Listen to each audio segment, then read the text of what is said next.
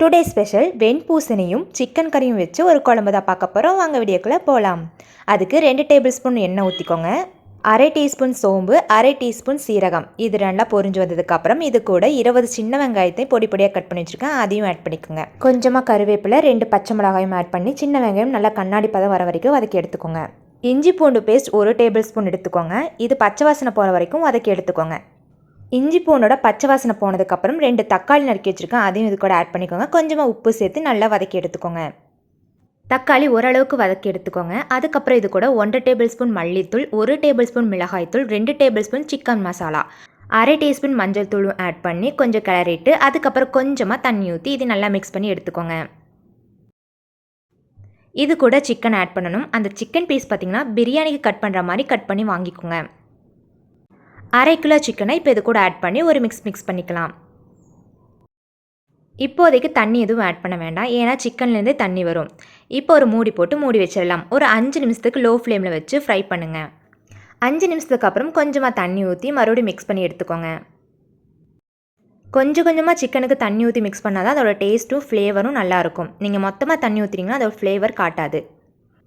இப்போ மறுபடியும் மூடி வச்சு ஒரு 5 நிமிஷத்துக்கு மீடியம் ஃப்ளேமில் வச்சு மிக்ஸ் பண்ணிக்கோங்க. 5 நிமிஷத்துக்கு அப்புறம் ஓப்பன் பண்ணிவிட்டு நம்ம கட் பண்ணி வச்சுருக்க பூசணிக்காய், இது ஒரு 250 கிராம் இருக்கும், அதையும் ஆட் பண்ணி நல்லா மிக்ஸ் பண்ணிக்கோங்க. பூசணிக்காய் கட் பண்ணுறது பார்த்திங்கன்னா ஒரு மீடியம் சைஸில் கட் பண்ணிக்கோங்க. ரொம்ப சின்னதாகவும் இருக்கக்கூடாது, ரொம்ப பெருசாகவும் இருக்கக்கூடாது. இதை ஒரு 5 நிமிஷத்துக்கு மீடியம் ஃப்ளேமில் வச்சு குக் பண்ணி எடுத்துக்கோங்க. இப்போ ஓப்பன் பண்ணிவிட்டு 1 டம்ளர் அளவு தண்ணி இது கூட ஆட் பண்ணி மிக்ஸ் பண்ணிக்கலாம். உப்பு அளவு பார்த்துக்கோங்க, எனக்கு கொஞ்சம் பத்தலை, அதனால் இன்னும் கொஞ்சம் ஆட் பண்ணிக்கிறேன். இப்போ இதை நல்லா மிக்ஸ் பண்ணியாச்சு. இதை மூடி போட்டு மூடி வச்சு ஒரு 10 நிமிஷத்துக்கு மீடியம் ஃப்ளேமில் இருக்கட்டும். இதுக்கு தேவையான தேங்காவை ரெடி பண்ணலாம். ஒரு 4 டேபிள் ஸ்பூன் தேங்காயை மிக்ஸி ஜாரில் போட்டு நல்லா அரைச்சி எடுத்துக்கோங்க. அரைச்செடுத்ததும் சிக்கன் கூட சேர்த்துக்கலாம். இப்போ நல்லா மிக்ஸ் பண்ணிக்கோங்க. உங்களுக்கு தேவையான அளவு தண்ணி ஊற்றிக்கோங்க. ஒரு 1/2 டம்ளர் தண்ணி போதுமானது. இப்போ இதை ஒரு 5 நிமிஷத்துக்கு லோ ஃப்ளேமில் மூடி வச்சு குக் பண்ணி எடுத்துக்கலாம். அவ்வளோதான், நம்மளோட சிக்கன் கறி ரெடி ஆயிடுச்சு. லாஸ்ட்டாக ஃபைனலாக கொஞ்சமாக கறிவேப்பிலையும் கொஞ்சமாக தேங்காய் எண்ணெயும் ஊற்றி நம்ம ஃபைனல் டச் கொடுத்துடலாம். அடுப்பை ஆஃப் பண்ணிக்கோங்க. ஒரு 5 நிமிஷம் அப்படியே இருக்கட்டும். அவ்வளோதான், நம்மளோட சிக்கன் கறி ரெடி ஆயிடுச்சு.